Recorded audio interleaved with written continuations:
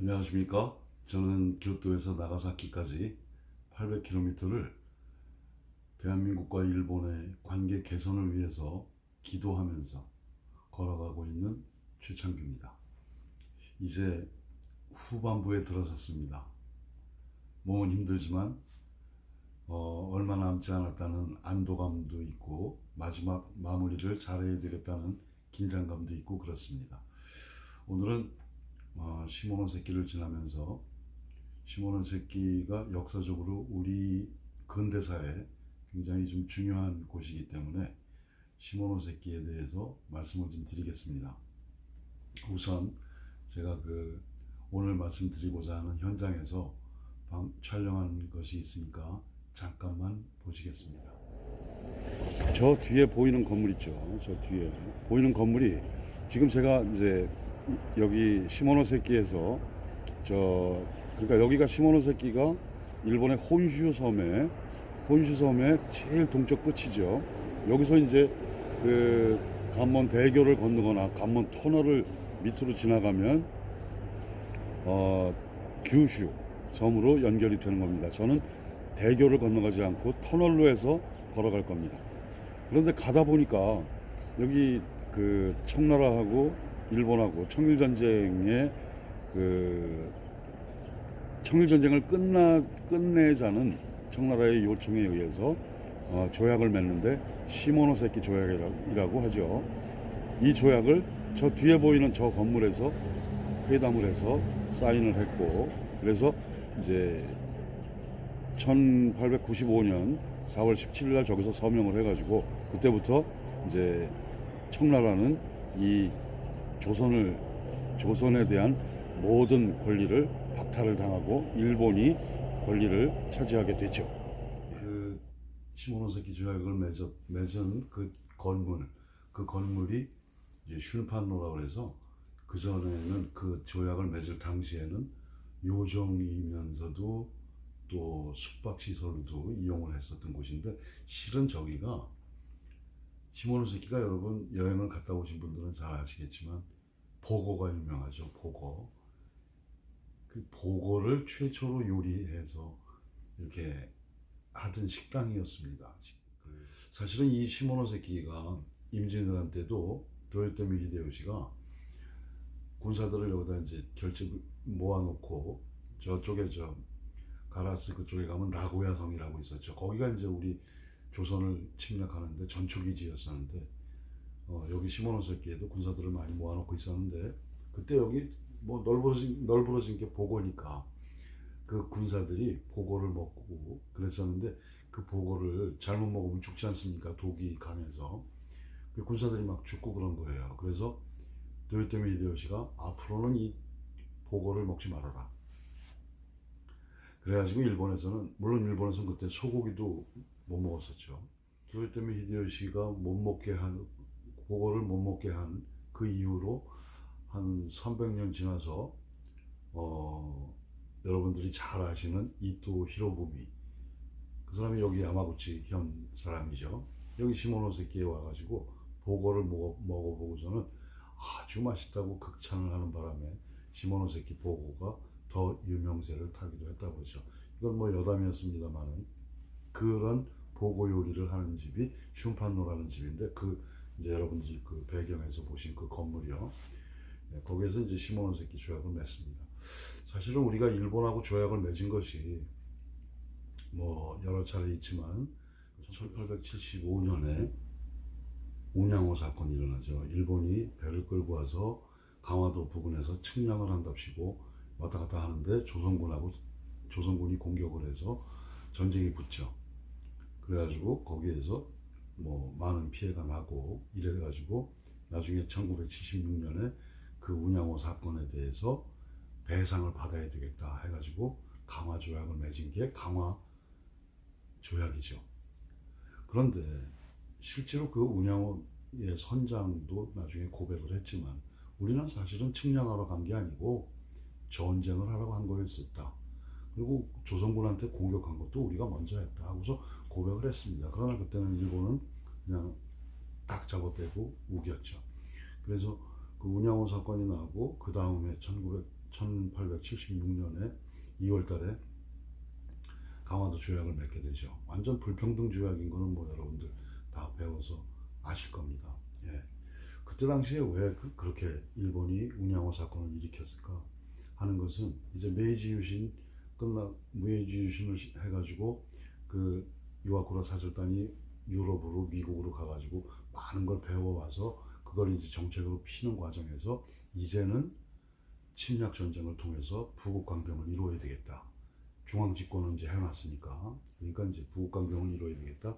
이런 마음, 이런 그 상황에서 우리 조선을 쳐들어와야 되겠는데 어떻게 쳐들어갈까 연구하다가 결국은 외국들, 미국을 비롯한 다른 나라에 일본이 개항을 할 때 방법, 배를 타고 가서 가가지고 두들리고 그리고 조약을 맺어서, 그러니까 불평등 조약을 맺어서 먹는 이런 방법을 똑같이 하는 거죠. 미국한테 당한 거나 영국한테 당한 거를 조선한테 똑같이 한 거죠. 그렇게 해서 이제 그 운양호 사건을 일으켜가지고 강화도 조약을 맺어서 조선을 침략하기 위한 발판을 만든 거죠. 그때는 우리 조선에서는 1873년에 대원군이 물러나죠. 하야를 하죠. 그러니까 1863년에 정권을 잡았다가 1873년에 하야를 하니까 10년의 세월 동안 권력을 잡았던 거죠. 권불 10년이라는 말이 나온 계기가 되기도 하죠. 예, 그렇게 해서 대원군이 물러나니까, 쇄국 정책을 강하게 쓰던 대원군이 물러나니까 일본에서는 이때야말로 정말 조선을 가야 될 때다 해가지고 이제 왔던 거죠. 그때 조선에서는 대원군이 물러나긴 했지만 그 일파들은 아직 정계에 있었고, 또는 뭐 유생들 이런 사람들도 일본하고 조약이라니 말도 안 된다. 예, 그래가지고 반대를 했지만 뭐 박교수라든지 이런 사람들, 그 개화 사상을 가진 사람들이 주장을 해가지고 결국 맺게 됩니다. 조약을 맺게 되죠. 박교수는 여러분들 잘 아시는 연암 박지원의 친손자입니다. 연암 박지원도 중국을 다녀와서 그 쓴 책들, 열화일기라든지 이런 걸 보면서 개화 사상을 많이 갖게 됐고, 바깥 세상 것을 받아들여야 된다. 우리가 너무 우물한 개구리로 살고 있다. 이런 생각들을 다 갖고 있었던 그런 영향을 많이 받았던 거죠. 그 박교수 이 사람은 사실은 그 당시에 뭐 박영호라든지 김옥균이라든지 뭐 김문식이라든지 이런 개화파 사람들을 완전히 그 사상을, 개화 사상을 이렇게 물들여 놓은, 가리켜 놓은 그런 사람이 되죠. 박교수라는 사람이. 네. 뭐 대원군에 아주 총애를 받았던 그런 사람인데, 그런 사람이 주장을 해가지고 이제 강화도 조약을 맺게 됩니다. 맺게 되는데 불평등 조약이긴 하지만 열어야 된다. 불평등, 이렇게 지금 당장은 좀 불평등하지만 열어야 된다 하는 생각으로 조약을 맺게 됩니다. 그리고 또 그거 맺게 된 이유 중에는 청나라의 이용장이도 그 조약을 맺기를 권했었어요.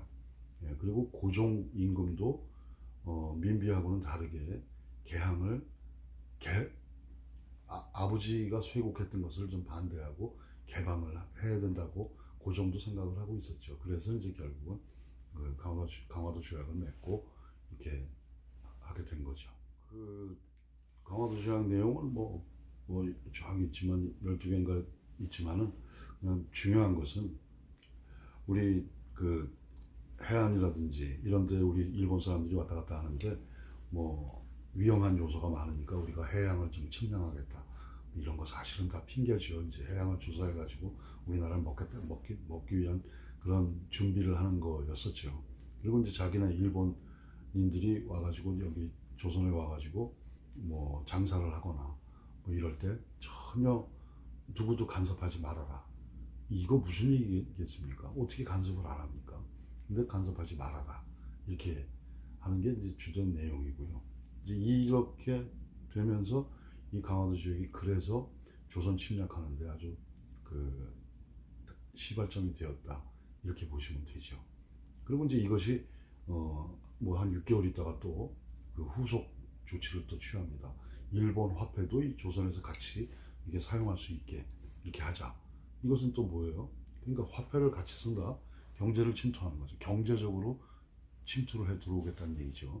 예, 그렇게 하고 그 쌀이라든지 이런 거를 그냥 무제한 방출해도 간섭하지 말아라. 그건 뭡니까? 우리 생명, 우리 먹고 살아야 되는 쌀, 그것도 무제한 방출을 해도 그냥 놔둬라. 그리고 이렇게 무역 거래를 하는 데 있어서 관세도 받지 말아라. 뭐 이런 또 그 후속 조치 이렇게 조약을 맺고 이렇게 되는 거죠. 그렇게 나오다가 이제 1882년에 우리 국내에서 그 이모군란이 일어납니다. 그러니까 90군데가 있었고 신식군대가 있었는데 이 90군데 군인들한테는 월급을 뭐 한 1년 반씩이나 안 주고, 예, 그러다가 월급이라고 줬는데 쌀로 주는데 쌀의 뭐 절반은 뭐 모래였었고 막 이랬다 그래가지고 90군데 그 군인들이 반란을 일으켰죠.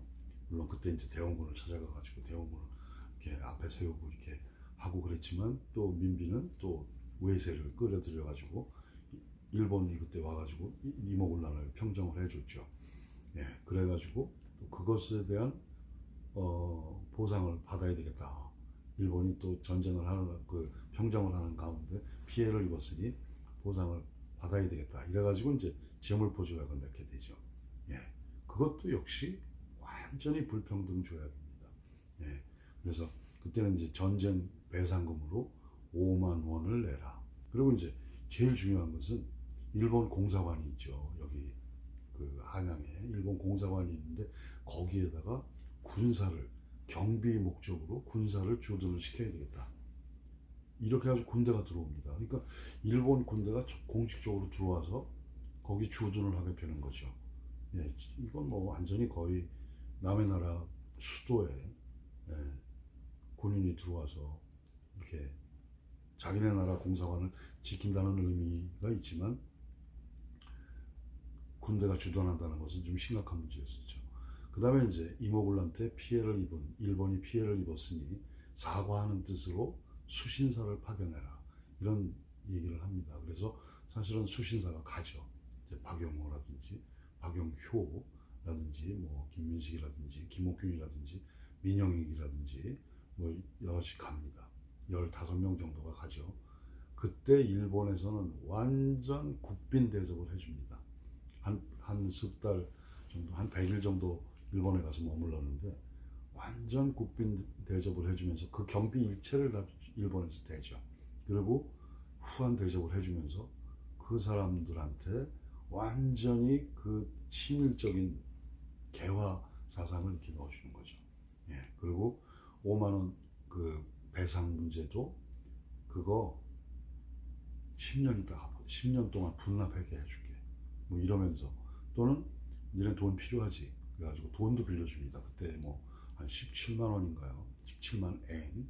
또 뭐 이자 8% 해가지고 빌려줄게. 그래가지고 또 돈도 빌려주고 막 이러면서 회유책을 써가지고 이 사람들은 뿅 갑니다.